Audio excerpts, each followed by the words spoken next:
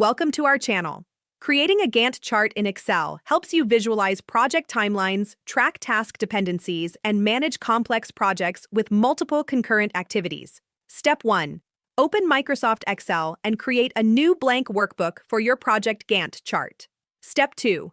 In the first column, create headers: task name, start date, duration, days, and end date.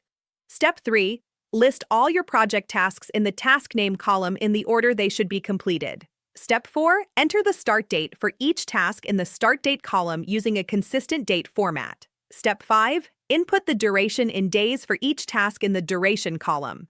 Step 6. Calculate end dates by creating a formula equals start date plus duration minus 1 in the end date column. Step 7. Create date headers across the top row starting from your project start date, with each column representing one day or week depending on project length. Step 8. In the cells below each date, use conditional formatting to create the Gantt bars by highlighting cells that fall between start and end dates.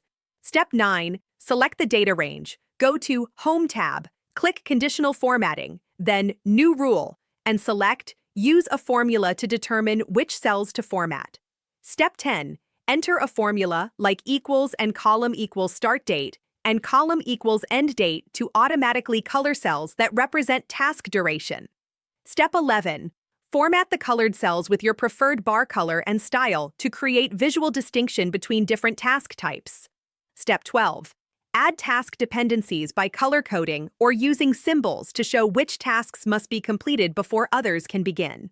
Don't forget to like this video and subscribe to our channel.